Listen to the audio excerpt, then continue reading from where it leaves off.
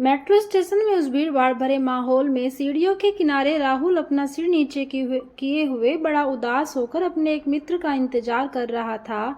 उसी समय सुनील आता है और राहुल के कंधे पे हाथ मारता हुआ पूछता है, अरे यार राहुल, तूने तो हद ही कर दी। तेरी शादी को अभी 1 सप्ताह भी नहीं हुआ और तू फिर से जॉब में ऑफिस जा रहा है।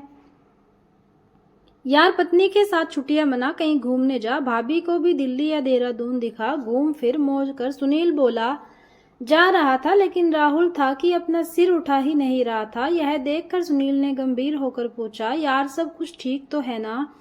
तू ऐसा उदास क्यों दिख रहा है? राहुल तब भी चुपचाप था। यह देखकर सुनील ने कहा, तबीयत तो ठीक है ना? और भाभी? यार तू बोलता क्यों नहीं? घर में सब ठीक तो है ना?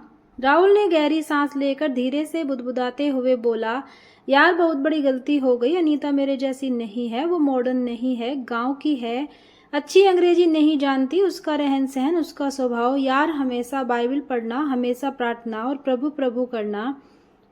यार ये भी कोई जिंदगी है? 3 दिन में ही परेशान हो गया हूँ, गले की हड्डी हो गई है वो मेरे लिए। मेरे तो जैसे जिंदगी ही बर्बाद हो गई है। सुनील ने कहा, अरे तू भी तो क्रिश्चियन है ना?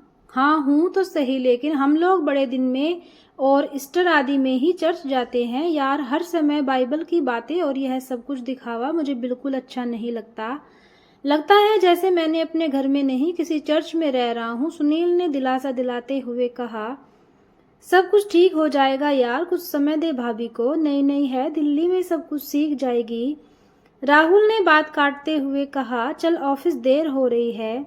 आज राहुल और अनीता को 3 माह हो चुके हैं, लेकिन राहुल अलग कमरे में सोता है और किसी भी तरह अनीता के सामने आना नहीं चाहता। घर से बाहर जाते समय माँ से चिल्लाकर कहता है, माँ मुझे देर हो जाएगी वापस आने में, आप लोग खाना खाकर सो जाना, मुझे एक जरूरी मीटिंग है।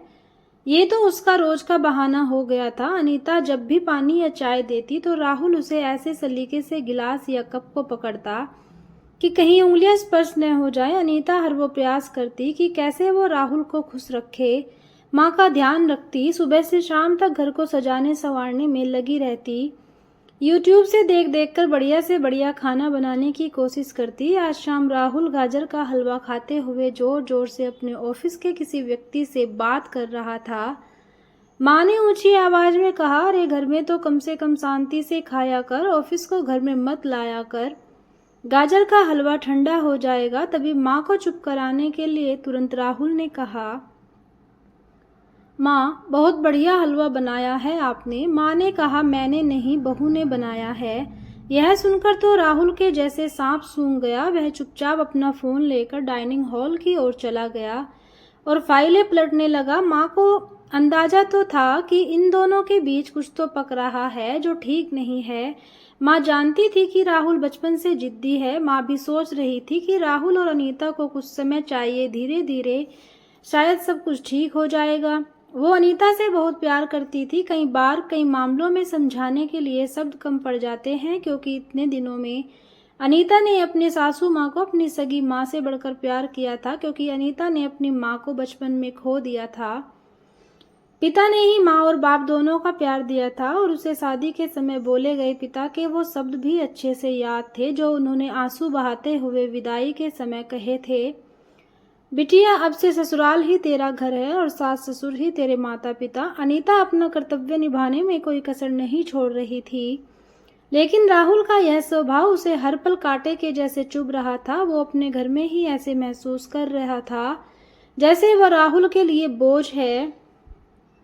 अनीता ने ठान लिया कि अब वो ज्यादा चुप नहीं रहेगी। वो इस विषय में राहुल से खुल के बात करेगी कि क्या कमी है मुझ में, क्यों वो एक ऐसे गुनाह की सजा सह रही है जो उसने कभी किया ही नहीं।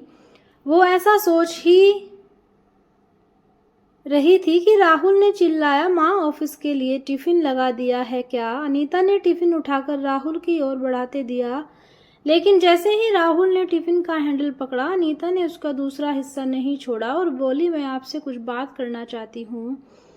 और भरे हुए गले से आंसू बहाते हुए बोली, यदि मैं तुम्हें पसंद नहीं हूं तो मुझे पापा के घर छोड़ आओ। राहुल कुछ बोला नहीं, बस धीरे से बोला, ओके देखता हूँ।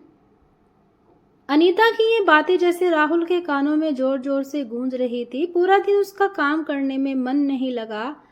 वो सोच रहा था, क्या हो रहा है मेरे जीवन में, किसकी गलती है, क्यों यह सब कुछ हो रहा है।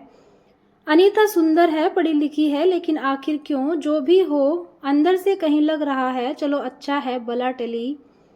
वो अपने घर चली जाएगी, कुछ दिनों में तलाक आदि के पेपर तैयार करवा लूंगा, वो भी किसी और से शादी कर सकती है और मैं भी आज़ाद। वो इस उधेड़बुन में पूरा दिन कुछ काम न कर सका और टिफिन भी खाना भूल गया। वो जैसे ही घर पहुंचा तो क्या देखा, माँ बिस्तर में पड़ी हुई है, उसे बहुत तेज बुखार है। अनीता ने कहा, सुनिए माँ को जल्दी किसी अच्छे डॉक्टर के पास ले चलिए, मैं सुबह से कह रही हूँ चलो किसी ऑटो में किसी डॉक्टर के पास चलते हैं, तो माँ मना कर रही है। माँ कराहते हुए बोली, अरे रहने दे बेटा, बुखार है, दवा खाकर ठीक हो जाऊंगी। राहुल ने माँ के माथे पर हाथ रखकर देखा तो कहा, अरे माँ, बुखार से आपका शरीर तप रहा है। तुरंत ओला टैक्सी मंगाकर वो माँ को लेकर अस्पताल पहुंचा। पूरे रास्ते अनीता माँ को संभाले रही और माँ के लिए लगातार प्रार्थना कर रही थी और दिलासा देती रही, आप ठीक हो जाओगी, आप चिंता मत करो। डॉक्टर ने थोड़ी देर तक चेकअप किया और एक्सरे के बाद बताया, राहुल की माँ के पेट में रसोली है जिसका ऑपरेशन जल्द ही करना पड़ेगा। राहुल के पूछने पर डॉक्टर ने बताया 5 लाख की जरूरत पड़ेगी और उसके पास केवल 1 दिन है पैसे का इंतजाम करने के लिए। यह सुनकर राहुल के डर के मारे हाथ पैर कांपने लगे। वो सोचने लगा, अभी शादी के समय ही तो कर्ज लिया था, दोस्तों को पार्टी देने में उसके सारी जमा पूंजी भी चली गई थी। लेकिन वो अस्पताल से बाहर आकर जैसे भी हो सकता था फोन लगाना शुरू किया। सभी दोस्तों ने कुछ न कुछ बहाना बनाकर और दुख जताकर फोन रख दिया। उसने ऑफिस में फ़ोन किया, वहां से भी मालिक ने कहा, देखो राहुल, लॉकडाउन के बाद वैसे भी हमारी कंपनी लॉस में चल रही है और आपने पहले भी एडवांस ले चुके हो सारी, अभी हम आपकी कोई मदद नहीं कर सकते। राहुल पूरे 2 दिन तक पैसों के इंतजाम में जहां जा सकता था वहां गया, लेकिन उसके हाथ निराशा ही लगी। अंत में उसे लगा, मुझे डॉक्टर से कुछ और मोहलत लेनी चाहिए, यदि हो सके तो 2 या 3 दिन बाद यदि ऑपरेशन हो तो वो कहीं न कहीं से लेकर या घर पे पर गिरवी रखकर पैसों का इंतजाम कर लेगा। थका हुआ वो अस्पताल पहुंचा और सीधे डॉक्टर के कैबिन में जाकर डॉक्टर के पैरों को पकड़ते हुए बोला, सर मुझे 2-3 दिन का और वक्त दीजिए और आपका सारा पैसा दे दूंगा, ऑपरेशन के भी पैसे भर दूंगा। आप बस मेरी माँ की जान बचा लीजिए, मैं आपका यह एहसान जिंदगी भर नहीं भूलूंगा। राहुल रो रहा था। डॉक्टर ने कहा, अरे तुम क्यों परेशान हो रहे हो, तुम्हें तो खुश होना चाहिए, ऊपर वाले ने तुम्हें इतनी अच्छी पत्नी दी है, उसने सारा पैसा चुका दिया है, तुम्हारी माँ का ऑपरेशन तो हो चुका है और वो अब खतरे से बाहर है, वो अब बातें भी कर सकती है, आज छुट्टी हो जाएगी, आप अपनी माँ को घर ले जा सकते हैं। राहुल को सुनकर यकीन नहीं हुआ। वो दौड़ा और लेडीज वार्ड में माँ के पास पहुंचा तो देखा माँ बिस्तर में पीछे टिकी हुई बैठी है और अनीता उनके पैरों को हल्के हल्के से दबा रही है। राहुल को आज अपना कद अनीता के सामने बहुत छोटा लग रहा था। वो भी माँ के पैरों के पास जाकर बोला, माँ कैसी हो। अभी नर्स ने कहा, इन्हें थैंक यू बोलो, ये आपकी पत्नी है क्या, इन्होंने रात दिन सेवा की है और पूरी रात जीसस से प्रार्थना की है इनके जीवन के लिए। राहुल अनीता से नजरें नहीं मिला पा रहा था, फिर भी नीचे देखते हुए बोला, अनीता कहाँ से इंतजाम हुआ इतने पैसों का। अनीता ने कहा, मेरे पास कुछ पैसे जमा थे जो मैंने गांव में बच्चों को ट्यूशन पढ़ाकर कमाए थे और कुछ जेवर थे, उन्हें बेचकर माँ ने धीरे धीरे आंखें खोलकर बुदबुदा